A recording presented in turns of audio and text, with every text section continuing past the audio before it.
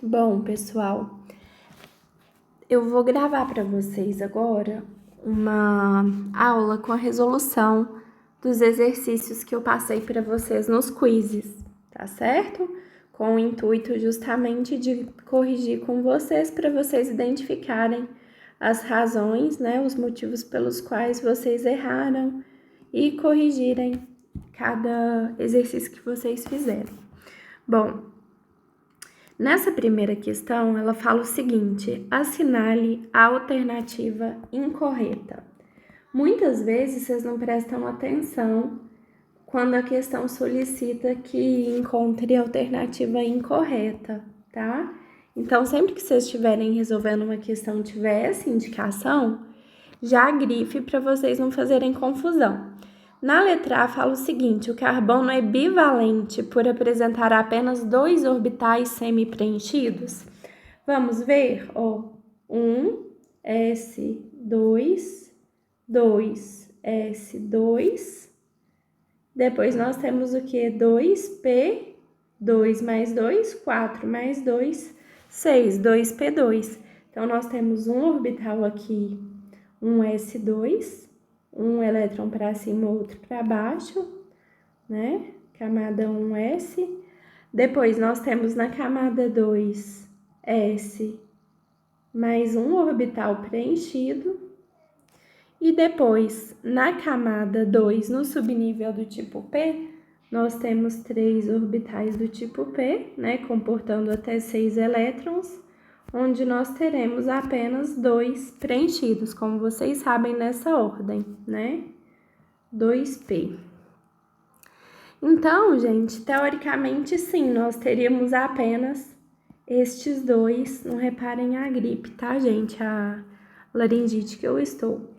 Nós teríamos somente esses 2 orbitais semi-preenchidos. Mas, como nós sabemos, esse átomo de carbono, ao receber energia, né? O que vai acontecer? Esse elétron aqui vai migrar para esse orbital aqui. Então, ele vai fazer uma hibridização dentre os tipos que nós estudamos na última aula, né, que pode ser hibridização do tipo sp3, sp2 ou sp, que vai interferir justamente na geometria da molécula e, portanto, como o carbono ele tem seu elétron energizado e muda-se de orbital, ele tem não essa bivalência, mas sim uma tetravalência, né? Então, o carbono passa a ser, portanto, tetravalente. Então, justamente essa letra A aqui é nossa alternativa falsa, tá certo? Que era que vocês deveriam ter marcado. Letra B. É possível formar longas cadeias carbônicas? Sim. Esse era o nosso terceiro postulado de Kekulé. C. Então, aqui, verdadeiro. C. Os elementos organógenos são carbono, hidrogênio, oxigênio e nitrogênio. Show! Perfeito! Vocês podem gravar essa palavrinha show. São os principais elementos formadores do carbono, das moléculas orgânicas, né? Na verdade. Entretanto, outros elementos químicos também podem constituir moléculas orgânicas, sim. Embora estes sejam os principais, nós temos outros elementos químicos que podem constituir, sim, essas moléculas. Letra D. As ligações do tipo π são realizadas entre orbitais localizados em diferentes eixos, enquanto que na sigma os orbitais estão localizados no mesmo eixo. Perfeitamente, né? Como vocês viram, por exemplo, quando a gente tem um carbono realizando uma ligação tripla, por exemplo, nós temos uma ligação do tipo sigma frontal aqui, e as ligações do tipo π se dão por meio desses orbitais aqui que se localizam perpendicularmente ao orbital que formou a ligação sigma, permitindo assim, olha, a formação da ligação π. Então, uma ligação tripla, por exemplo, seria essa combinação de duas ligações π e uma primeira ligação sigma. Lembrando que a sigma é mais forte, né? Ela apresenta uma maior energia de ligação do que as πs. Portanto, elas são mais dificilmente quebradas do que as ligações do tipo π, tá certo? Nessa segunda questão, também peço para assinalar a alternativa incorreta. A. O número atômico equivale ao número de prótons no núcleo do átomo?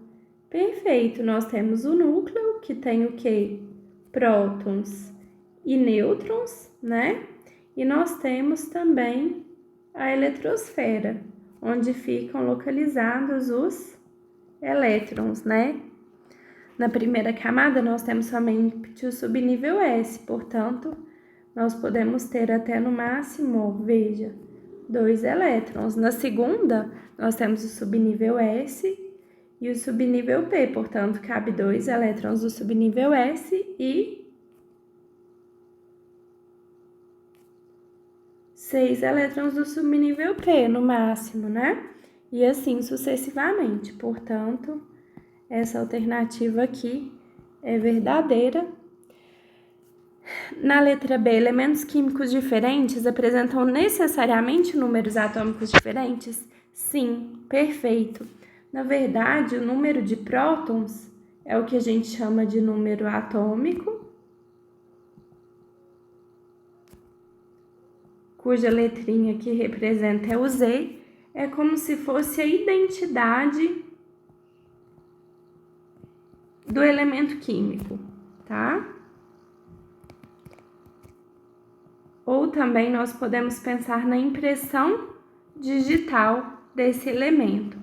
Se nós mudarmos o número atômico, necessariamente nós estamos falando de outro elemento químico e só é possível alterar essa estrutura nuclear através das reações nucleares, tá? Que é uma parte da química pouco estudada no ensino médio. Então, essa segunda alternativa ela é verdadeira. Na letra C, fala que os elementos químicos diferentes apresentam necessariamente números de elétrons diferentes? Falso, porque nós podemos, um dado elemento químico, ele pode perder ou ganhar elétrons, transformando-se em íons, né? Então, eu posso ter um íon de um elemento químico que tem um número de elétrons equivalente a outro elemento químico no estado neutro. Perfeitamente, isso pode acontecer. Portanto, essa alternativa C aqui é nossa alternativa falsa, tá certo? Na letra D, quando um átomo em seu estado fundamental perde elétrons, transforma-se em um ânion e os elétrons perdidos são retirados da última camada. Perfeito, né? Lembrando que quando a gente faz a distribuição eletrônica pelo diagrama de Linus-Pauling, a gente tem que saber identificar duas coisas: o subnível mais energético e a última camada, que é a camada de valência. E nós precisamos de saber que os elétrons são retirados sempre da camada de valência, que é a última camada, ou seja, de maior número, né? Muitas vezes a gente pode ter a camada de maior número anterior ao subnível mais energético, né? Lembrando lá pela própria sequência de distribuição de Linus-Pauling. Na terceira, fala o seguinte: na estrutura da figura acima representada, os algarismos 1, 2 e 3 representam que tipo de ligação? Então, para que a gente possa fazer esse tipo de análise, nós precisamos de estudar o quê? A valência dos elementos químicos que fazem parte dessa molécula, tá? Que são eles carbono, hidrogênio e nitrogênio, são todos organógenos, né? O carbono é tetravalente, faz 4 ligações covalentes, podendo ser 4 simples, 2 duplas, uma dupla e 2 simples, ou uma tripla e uma simples. O hidrogênio faz uma única ligação, necessariamente uma covalente simples, e o nitrogênio faz 3 ligações, podendo ser uma dupla e uma simples ou uma tripla, ou 3 simples também, né? Bom, gente, então, observando aí, esse carbono aqui, ele já está ligado a 2 hidrogênios. Então, aqui, necessariamente, nós temos que ter uma ligação dupla para completar as 4 desse carbono. Sendo essa aqui dupla, esse carbono aqui, vamos analisar agora, eu vou pôr de uma corzinha diferente. Vou pôr dessa cor aqui, ó. Vamos analisar esse carbono aqui. Ele precisa de fazer quantas ligações? 4. Aqui ele já tá fazendo uma, né? Aqui ele tá fazendo 2 com aquele carbono de lá. E então tá faltando uma. Então aqui seria uma ligação só, tá? Vamos passar para esse outro carbono. Vou colocar ele de uma outra cor. Vou pôr ele com esse amarelo aqui, ó. Vamos analisar. Ele tem uma ligação de cá, uma aqui. Não tem nenhum hidrogênio ligado a ele. Portanto, esse carbono aqui vai ter que ter quantas? O total dele é 4, menos uma com esse hidrogênio, menos uma com outro carbono. Então, sobra uma dupla aqui, né? Então, aqui tem que ser uma ligação dupla. E esse carbono, por fim, esse último, ó, estaria totalmente preenchido, porque já temos 2 hidrogênios aqui, mais 2 aqui, totalizando 4. Portanto, a ligação 2 é dupla, a 1 é simples e a 3 é dupla. Então, ficaria simples, aliás, dupla, simples e dupla, que seria a letra B, a nossa alternativa correta, tá certo? Veja, gente, que é só analisar um carbono de cada vez, e todos os carbonos já estavam com todos os átomos ligantes aí, porque se a gente tivesse que alocar hidrogênio, a gente poderia trabalhar com mais de uma variável e não conseguiria necessariamente chegar a um resultado único no exercício, né? Então, veja que estão fixados todos os ligantes aí, ó. Esse primeiro carbono já estava ligado a 2 hidrogênios, o segundo estava ligado a 2 carbonos, né? O terceiro a 2 carbonos também e o quarto a 2 hidrogênios e um carbono. Com base nisso, nós fomos completando. Se ficar dúvida, gente, vocês podem me chamar pelo WhatsApp que eu ajudo vocês, tá? Questão 4. Na metade do século passado, foram desenvolvidas 2 teorias estruturais importantes relativas ao elemento químico carbono. São elas teoria de Kekulé e teoria de Lebel e Van 't Hoff. No caderno, relacione corretamente as teorias acima com as afirmativas abaixo. Lembrando, né, que Kekulé falava que o carbono era tetravalente e formava ligações covalentes, coplanares e tinha capacidade de formar cadeias. Já Lebel e Van 't Hoff percebeu que as ligações do carbono não seriam, né, as valências do carbono não seriam coplanares, mas sim posicionando-se como em um tetraedro regular. E essa foi a grande contribuição dessa teoria denominada aí na letra B, né? Então, analisando essas sentenças, o carbono é tetravalente e situa-se no plano? Teoria de Kekulé. Tetraédrico e situa no espaço? Lebel e Van 't Hoff. 4 valências equivalentes? Kekulé, segundo postulado, né? Tanto faz a posição dos ligantes, porque essas valências seriam equivalentes. 4 valências representadas pelos vértices de um tetraedro regular? Perfeito. Isso seria, como a gente mencionou, Lebel e Van 't Hoff. B. E forma cadeias? reculé A. Então, fica AB, AB, A. AB, AB, A. Letra D seria a nossa alternativa correta. Número 5. As ligações carbono-hidrogênio em uma molécula de metano, né, que é o CH4, onde o carbono vai ocupar um centro de um tetraedro regular, né, é formada pela interpenetração frontal dos orbitais atômicos S do hidrogênio com quais orbitais atômicos do carbono?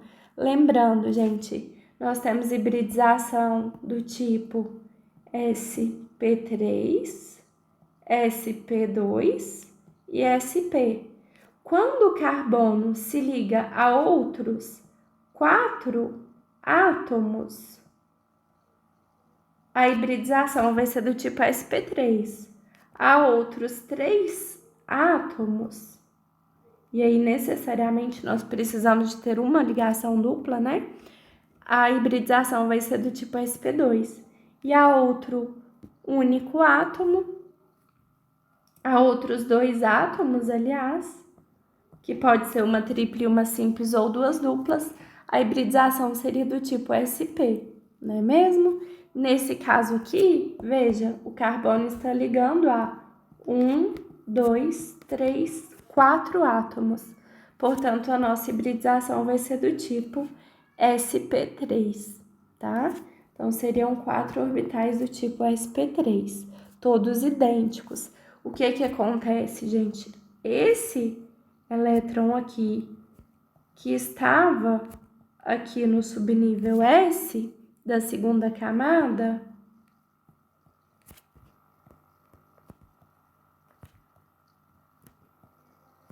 vai hibridizar, então vai ocorrer essa hibridização aqui, ó. Esse elétron aqui, do subnível do orbital do tipo S, tá certo? Vai hibridizar com esses outros 3 orbitais. Por isso que no total a gente vai ter 4 orbitais híbridos do tipo sp3. Por isso que essas 4 ligações aí são todas iguais e com orbitais híbridos do tipo sp3. Veja que não sobra nenhum P puro, tá? Já no tipo sp2 sobra um P puro, hibridiza só com 2 dos 3 P's. E no tipo sp sobra somente um puro. Sobra 2 puros, aliás, porque hibridiza com um único P, tá? E os outros 2 permanecem puros. Na questão 6, o carbono da estrutura da cafeína, assinalado com asterisco, apresenta qual ângulo de ligação? Então, gente, quando a gente pensa na questão do ângulo, ele vai estar relacionado com a hibridização, porque o carbono só consegue fazer aquela geometria relativa àquele ângulo se os orbitais o hibridizarem daquela forma específica. Inclusive, foi justamente por isso que os químicos acabaram conseguindo entender o fenômeno da hibridização. E lembrando também, gente, que quando a gente fala da hibridização, nós falamos da hibridização do carbono. Então, se uma molécula tem 8 carbonos, nós podemos tranquilamente ter 8 tipos de hibridização diferentes, tá? Na hora de definir isso, a gente tem que definir exatamente o carbono analisado. Esse carbono, ele tá ligando a quantos átomos? 4 átomos. Veja, ele está se ligando a 3 átomos de hidrogênio e a 1 átomo de nitrogênio. Portanto, a hibridização dele é de qual tipo? sp3. Ele apresenta 4 orbitais híbridos do tipo sp3, que favorece, né, a geometria tetraédrica, onde a ligação é de 109 graus. Se fosse, gente, sp3, nós temos qual tipo de geometria? tetraédrica, 109 graus.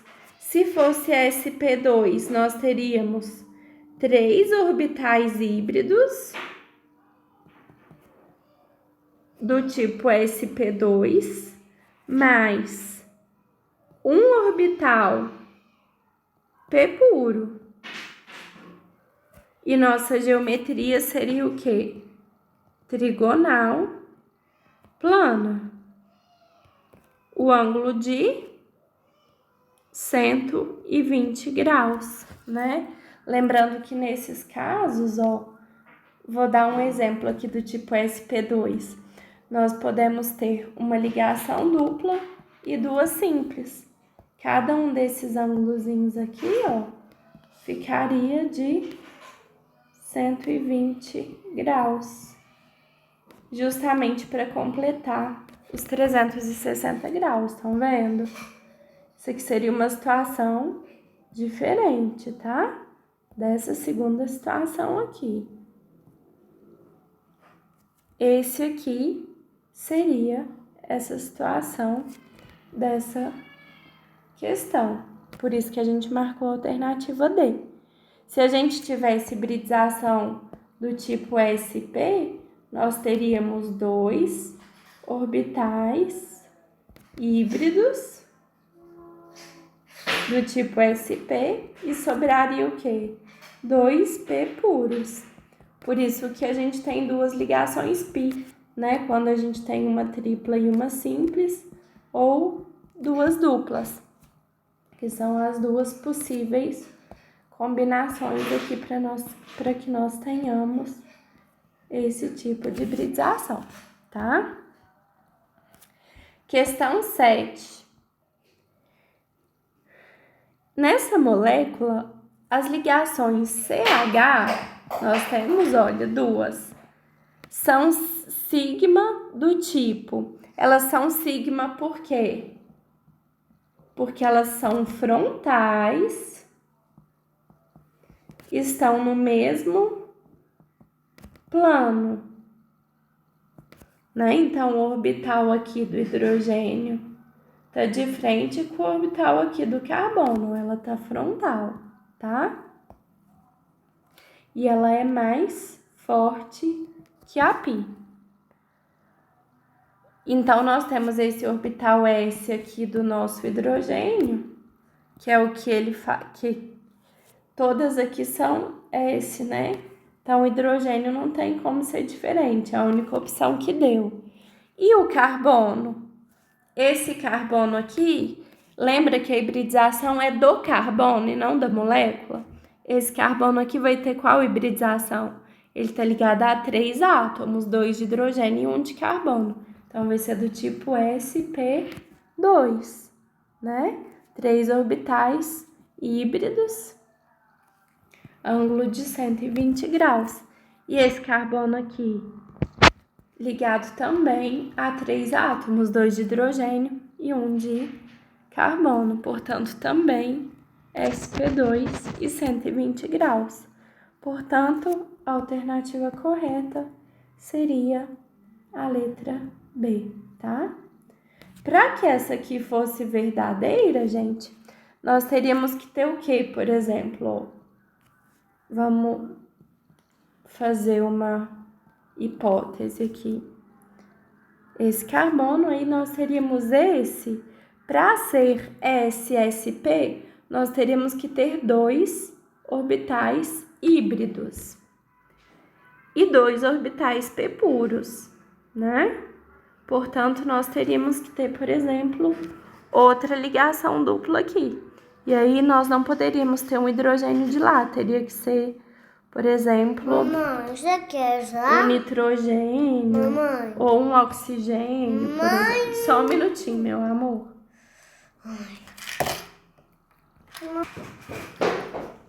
Então, ó, nós teríamos essas duas situações aí, por exemplo, que constituiriam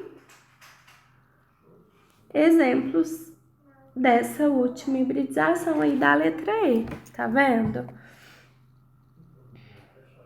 Ou também poderia ser uma tripla e uma simples, né? Por exemplo, assim, ó, hidrogênio, carbono, hidrogênio. Aí, por exemplo, não poderia ter esse hidrogênio embaixo.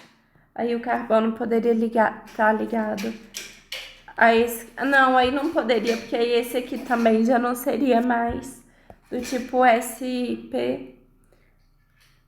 do tipo sp2, tá? Então, as possibilidades seriam essas aqui, ó. Para a letra E tá certa, mas a letra correta é a letra B, justamente porque esses carbonos são idênticos e apresentam essas características aí. 8. No hidrocarboneto apresentado na figura, os carbonos apresentam qual hibridização? Vamos um por um, ó. Esse aqui, 4 átomos, sp3. Esse aqui, 1, 2, 3 átomos, sp2. Esse aqui tá ligado a quantos átomos? Um carbono, um hidrogênio e outro carbono. 3. sp2. Esse aqui tá ligado a 4 átomos. sp3. Esse aqui tá ligado a 3 átomos. sp2. Esse a 3, sp2. Então, os únicos tipos são sp3 e sp2. O restante tá tudo repetido. Seria correta letra B. Questão 9. Assinale a alternativa incorreta. O número atômico do carbono é 6. O único elemento químico com esse número atômico, como nós bem já vimos, né? A hibridização dos orbitais do carbono possibilita que ele forme compostos que seriam inviáveis caso as mesmas não ocorressem. Perfeito. C. A ligação do tipo π é mais forte que a do tipo sigma. Falso. Como vocês viram, é muito mais fácil quebrar uma ligação π, porque ela é mais fraca, né? Então, a π é mais fraca. D. Um átomo de carbono pode realizar, no máximo, 2 ligações do tipo π. Certo, né? Porque se nós tivermos, por exemplo, 2 duplas ou uma tripla e uma simples, ó, nós temos 2 π's aqui e 2 sigmas. E aqui nós temos sigma, sigma, π, π. Em ambos os casos, nós temos 2 π's e uma sigma. E se fosse mais saturado o carbono? Dessa forma, tudo sigma, né? E se fosse 2 duplas, nós já retratamos aí, né? Se fosse uma única dupla, ó, e 2 simples, seriam uma π e 3 sigma. Portanto, essa alternativa D é verdadeira. Por fim, a questão 10. O propeno, acima representado, é um hidrocarboneto insaturado, ou seja, na cadeia carbônica, apresenta ligação π. Aqui temos uma π e uma sigma, né?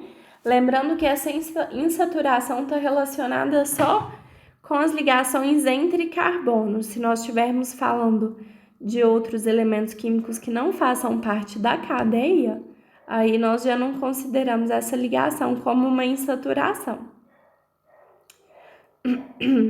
Aí pergunta o seguinte: o que a gente pode afirmar?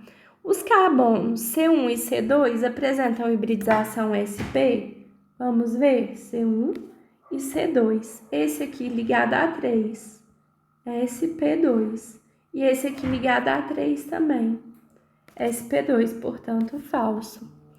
B. A ligação entre carbono 2 e 3 é do tipo, ó, vou colocar ela amarelinha, é do tipo sigma. Perfeito, uma simples sigma.